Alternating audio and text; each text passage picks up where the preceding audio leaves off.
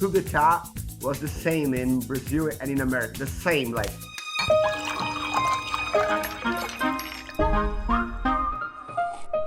Welcome everyone to our very first special, and this time we're talking about Brazil. We're talking about politics in Brazil and what's happened recently. And we have a wonderful guest with us, once again, Ricardo. Oi, Ricardo, can you tell us a little bit about yourself for maybe people who don't know you, who maybe don't remember you from the last time if they didn't see you. But before we get to Ricardo, maybe Alex, can you tell us a little bit about yourself too, for anyone who's new to the channel?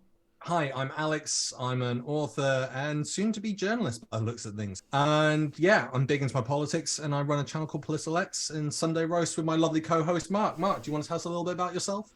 Yeah, so Mark, I use the name Robespierre, Max Robespierre, and I run the channel where I talk about Brexit and British politics. Ricardo, can you, once again, can you tell us a little bit about yourself, and we'll jump into the topic?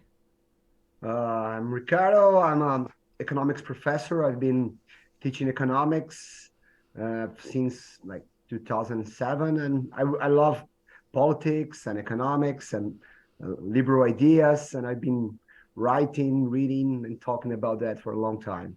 So I hope you guys enjoy it. Ricardo, tell us your thoughts on January 8th, because we're seeing it from the outside, and it looks very disturbingly familiar to what we saw almost was it year or 2 years ago in the past in the States? Yes, 2 years. It was the same. Now, Marx used to say that history goes first as a tragedy and then as a farce. And in Brazil, it was the same. The Bannon did a strategy. So first, you try to get the election is not legitimate. So you bring doubts and fake news, and people start not believing in the results of the election. So this happens before the election. So for the last year in Brazil, it was fake news and WhatsApp groups. Everybody's sending, the voting system is not safe, and the codes and very technical stuff, and then the military want to be part of the election results, to verify the election results. So it was for a year, it was like that. And then people start to, it was a movement. It was the same as Trump. They learned with Trump, I think Trump, he started to do that, not earlier. So if he did that earlier, maybe he would manage to do the coup d'etat. Trump brought that up with Hillary Clinton. You have been warning at rallies recently that this election is rigged and that Hillary Clinton is in the process of trying to steal it from you. Yeah, in Brazil, they did that a year before. So it was like, the military, I want to verify the codes. I want the results. Lula should not be running. And that became, and the part of that is like they get some small truths, and then they pen a picture of lies, a big lie. And that became like an issue and because Brazil had a dictatorship for 21 years, from 64 to 85. The military, they were involved in politics for a long time. It was not first. The Brazilian Republic was born with the military. So there was a coup d'etat. Can I ask, when we were watching the images of the storming of the government buildings in Brasilia, there was calls for the military to get involved, and was there a real concern that the military would get involved, or were most people sure that no they would stay outside? No, there was a big concern because there were a lot of, now they are finding out that there were a lot of colonels and people with high ranks, generals, that were involved in this coup d'etat, and they were trying to coup d'etat. So no, there was a big concern. Hasn't a colonel been caught and being prosecuted right now, or has that not happened? No, not really. No, I don't know if you guys know that, but the secretary of security, the guy that runs the security in Brasilia, he was arrested. He was in America, and then he came back to Brazil, and then they had a raid in his house, and they found a document. I don't know if you guys heard about that. No. There was like a document that after like 7 days after the election, there were like a document trying to intervene in the election results and trying a legal coup d'etat, and the military would back. But I think they wouldn't, because there's a division in the military, So part of them, they want to keep the democracy, and some of them are not very democratic. Wow. So it's actually been a shift in the military then over the years. It's actually started to, it's not as strong as it was, because it was up into the 80s, wasn't it? That you had issues with the military in Brazil. Just for the viewers, I did live in Brazil for about 2 years, so I have some context of what's happened out there. But that means there's a big shift within the military. Is that right? Yeah, they are much weaker now, so no doubt about it. So but there was a civil pressure. So there were like a lot of old people. This is very funny. We joke that in Brazil, a lot of people, 60s, 70s, grandmas, they were in front of the military offices, like doing like, come on, intervene, do the coup, sorry, just to interrupt. I found it quite funny because you had people protesting, saying we didn't have democracy, and then they were actually saying, now we want the military. It's like, do you want democracy or do you want the military? Because the two of them are mutually exclusive. It was very strange to see people. It was very strange to see people saying that the Lula didn't win. It was rigged. It wasn't real democracy. But we want the military. No, and the funny thing, and now some people were arrested, maybe 1,000, and like I think 1,500 people were arrested, and now they're saying, they are violating our human rights and blah blah blah. But they complain about that when the left was like saying, human rights, and they say, oh no, human rights for criminals, it's not human rights. But now they're saying, it's kind of hypocrisy. And also, if they had the military in charge, their human rights would disappear. Yeah, for sure. Yeah, sure. So they've been preparing this for a year. No, easily. Do you think this, now that it has failed, or maybe failed, do you think it has helped, or is it still a problem for Lula? No, it has helped Lula a lot. Now Lula, because all the center and all the institutions, the Supreme Court and the legislative, they go to Lula, and all the governors they were connected to Bolsonaro, they dropped Bolsonaro. So no, it was wow. To be honest, it was a good thing for Lula, because now he's much more powerful. Because if you see, like, Lula is a very polarized figure, both of them, Bolsonaro and Lula, they are very polarizing figures. So now it's really good for him. So now he has much more power, and the Supreme Court, they've been doing really wrong things. Like, of course, they have too much power, but now they are like behind Lula's back. So they are like helping Lula. So now it was a good thing for Lula. So it's a really bad thing for everybody, but it's good for Lula. Yes. I've got to ask as well, what happened with... So I was really shocked because Neymar and Dani Alves came out in support of Bolsonaro, and that was just during the World Cup. So everyone's watching them. I was really shocked they did that. Have they said anything about this, or have you not kept track? Oh, Bolsonaro and Lula, they have a huge support. Like, maybe they have 20 or 25% of the population that have, like, maybe 15 or 20%. They are fanatics. So people, doesn't matter. Do you remember when Trump said, if I shoot someone on the Fifth Avenue, my followers wouldn't care? It's the same with Lula and with Bolsonaro. People are like, they're like, the Latin leaders, they're very populist, and people, like, they're crazy about their leaders. The politics is the new religion, as they say. So people. It's a good expression. Yeah, it's not mine, but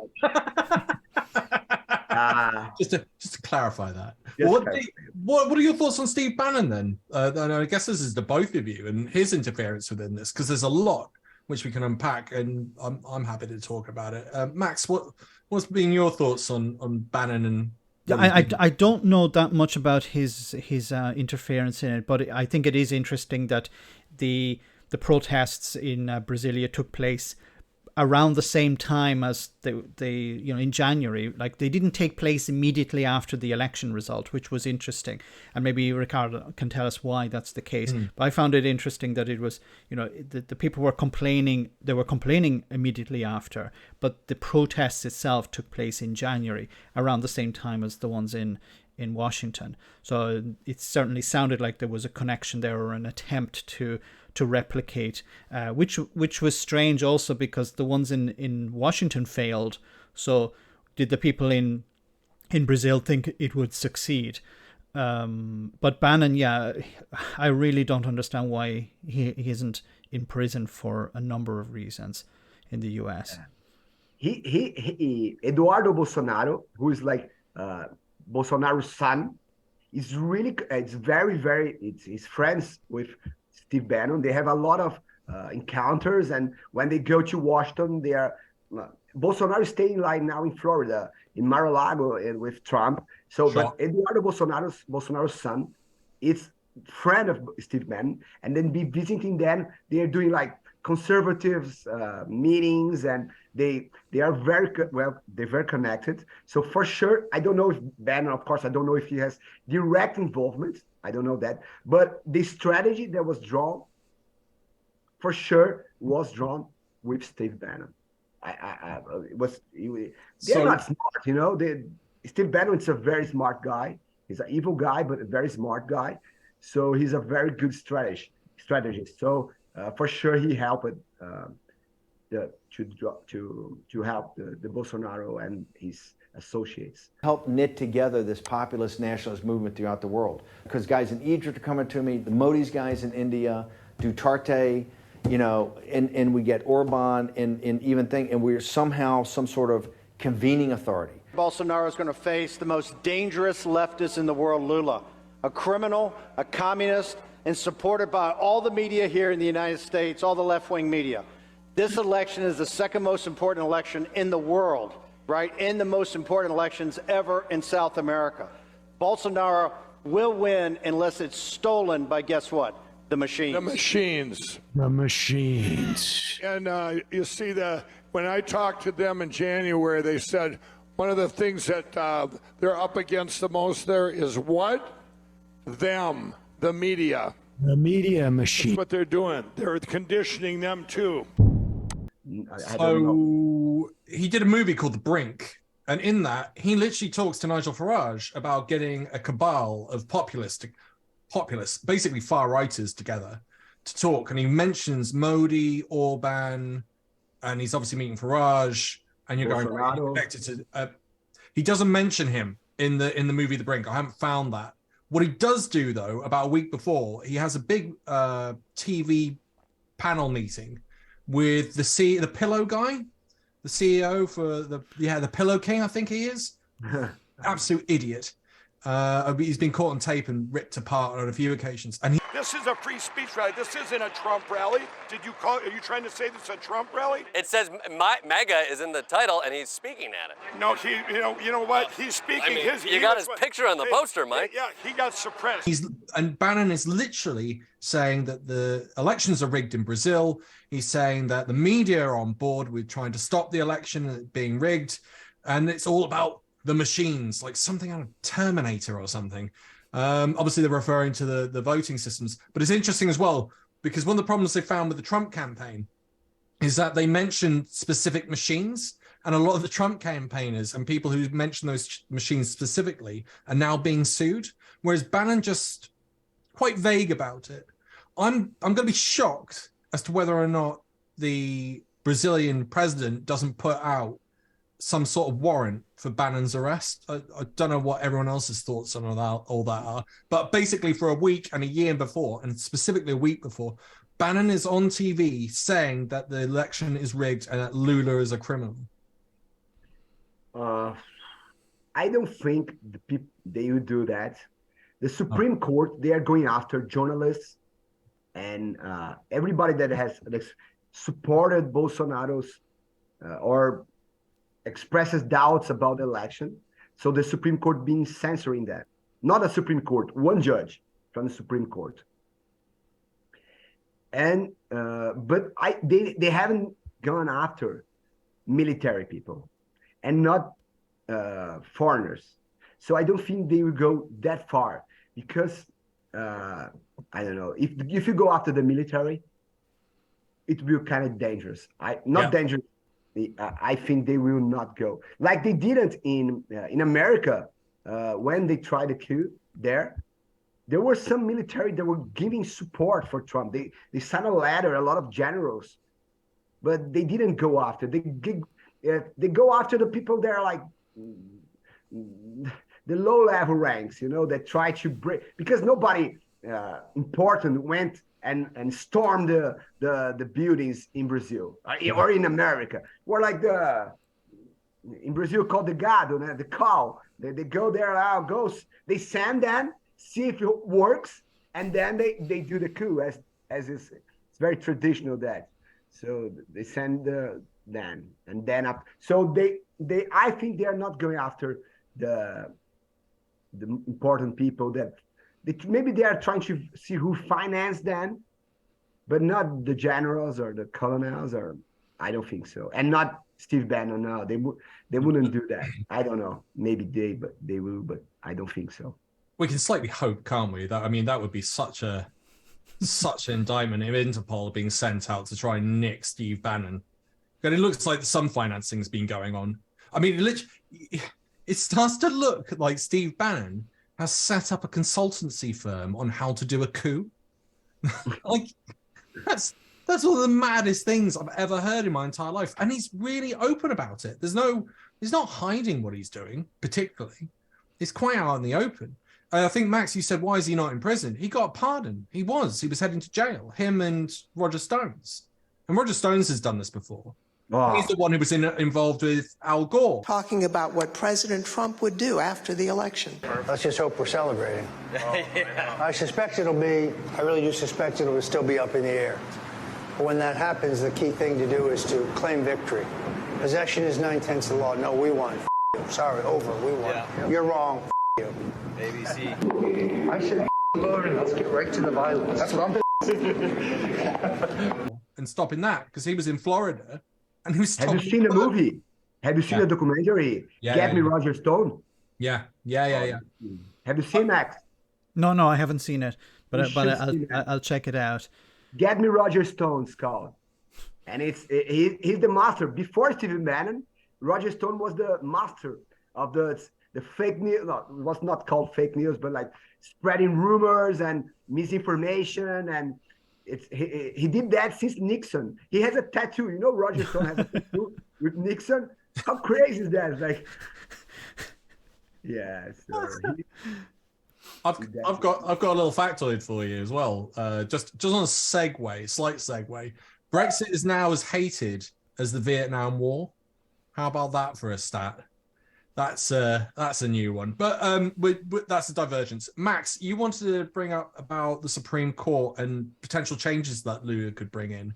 Yeah. So, Richard, can you tell us about some of the potential changes that could take place under Lula, and also some of his policies? If you could tell us maybe some of his economic policies and how it could change society in Brazil. Well. Lula now, he's stronger now, as I told you guys. He's going very much to the left. In economics, even more. So he's trying to doing some changes to get more power to his hands and take from the Congress. So the Congress has some money to spend. So the deputies, the congressmen, they direct some resources to their bases. So Lula now is trying to do some changes. So the federal government has more power.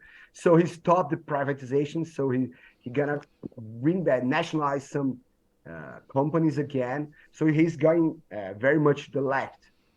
Brazil has some institutions that are trying to. The Congress is not that easy. They were elected a lot of. It's very divided, the Congress. So the Congress is not left wing. So maybe some measures he won't go. He cannot pass through the Congress, but some I think it will. So what can he do for example, the poorer people in Brazil? They are really his support base, aren't they? Or is it more middle class?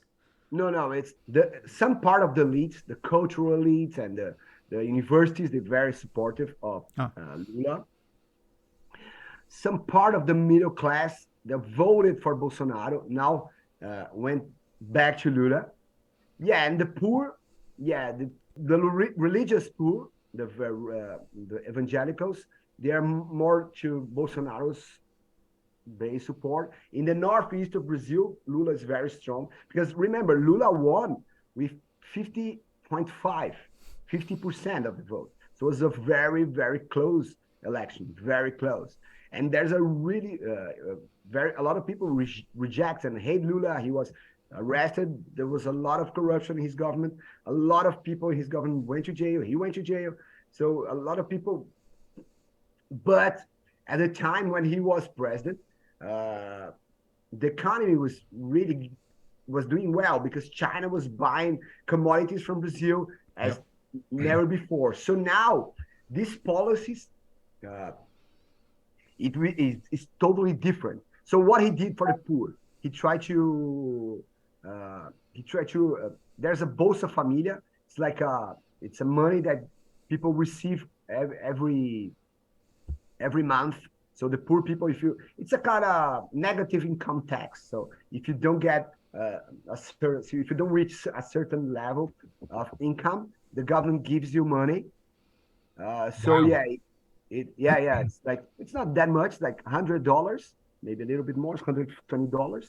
What, 100 reais or 100 American dollars? 100 American dollars. So 120 American. So it's what's the exchange rate at the moment? Like five something. So it's like 600 reais every month. You can buy a lot. Yeah, it's half of back then. Yeah. It's half of the minimum wage. So the minimum wage is like 1,300.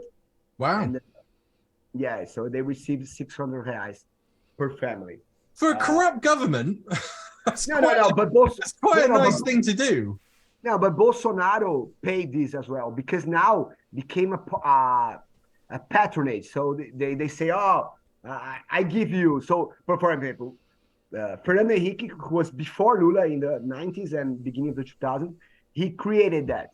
So Lula, he united all these projects and put in only one and increased a little bit. And then Bolsonaro came and he increased a little bit. Now Lula is the same because now became like, I'm giving you money. And it's the poor voted. So, and that's a problem because it has to become a state-sponsored program, not a government-sponsored program. So you think the power should be with the states and the governor and the state Congress? No. State, not the states. State is not from the government. One government cannot change. It's a law that it doesn't matter who is in power. This program, that's good because it gives money to people that really need. It's permanent. It cannot be changed by any government. It's not far off UBI. Because over here, you've got to go and apply. You've got to go and tell the government that you're short on income. But it sounds like it's a minimum level UBI for the poorest. Yeah, I've got a stat. I've got a stat on that as well under Lula's administration. Are you ready for this? Because I want to get your view on this. I only heard this the other day. No, but according to some sources, under Lula's administration, because of this financing, the average Brazilian in height increased under that administration because of that. Now, I don't know if you've heard that. I only found out yesterday. But any thoughts on that, or do you think you're gonna have to research it a little bit? His previous administration says, okay, but you are talking about the first and second Lula's terms in the 2000s. Yes. Yeah. As I told you, Brazil has grown because all the global conditions were very good to the Brazilian economy. Because as I told you, China was buying commodities soy and corn, and Brazil is selling a lot to China and to a lot of Brazil's. But now the conditions are completely different. Now the liquidity in the world is like the interest rates are rising everywhere. China is not growing so fast, so it's not buying that much. So the conditions, you don't. Even Keynes say that. They say that Keynes said, "When the facts change, I change my mind." What do you do, sir? So now the conditions are completely different in the world. So Lula, and now the inflation in Brazil is really high, as everywhere. But if Lula tries the same policies, I think it will fail, and you bring more inflation. And there's nothing more harmful to the poor people than inflation. Because people, middle class and rich people, can protect themselves with some investments and from inflation. Do you think that Lula will move more to the center economically over the next number of years because of these problems, or do you think he will be quite hard-headed, where he will just maintain a far left approach to economics? That's a very good question, Max. In his first term, so he had two terms before him. His first term, he was very center. His economic policies, his foreign policy was different, but his economic policies was very much to center. It's good economic policy. As a liberal economist, I think it's pretty thoughtful, and there was good economic policies. In his second term, he became more to the left. The government started to spend more money, use the government companies to do some industrial policy, and it started to go worse. But Lula is a very skillful politician, but he was in prison. And at that time, much of the Brazilian political class, not much, but a lot of the Brazilian political class and Brazilian elite, they supported that. So I think he's a human being, so he's kind of, I think he needs some revenge. He wants some revenge. So I don't know. No, it's true, of course. Everybody does that. But he's very skillful. So I don't know where he will go. He sends some signals that he's going more to the left. But inflation, remember, Brazil has done with hyperinflation for 15 years. From 79 to 94, Brazil has done with levels of inflation that unimaginable for our English. It's not like 20, 30% a year. It's like thousands and thousands, 7,000% a year. It was crazy. So 30, 40% a month. It has reached in the worst period. It has reached 80% a month. Wow. So inflation's bad all over the world at the moment, apart from Germany. But now it's like, okay. But when inflation goes up, this is very well researched everywhere. When inflation goes up, the popularity of the government goes down. This everywhere. I've got a final question because we're near the end, unfortunately. But what would you do to tackle inflation then? Yeah, the government has to spend less, and the interest rates has to go high. There's no options. It's like, what do you do when you have like problem with you have infection with bacteria? You have to take antibiotics. Unfortunately, it's bad for your body, but it doesn't have it. If you let it grow, it will kill you. Is it not possible to do? I guess you can't spend your way out of it, can you? There are very few options with high inflation. Well, part of the problem with inflation is that you've got fewer products chasing more money. So you stop printing the money and you get products back up online. And one of the problems that we've had is with COVID. People buy less. No, not that there are less products. People buy less. Because they have less. Unfortunately, there's no way out of it. Do you think Lula may tax the richest in Brazilian society more For sure, he will try that. There's no way. So Brazil has a big deficit, and there's usually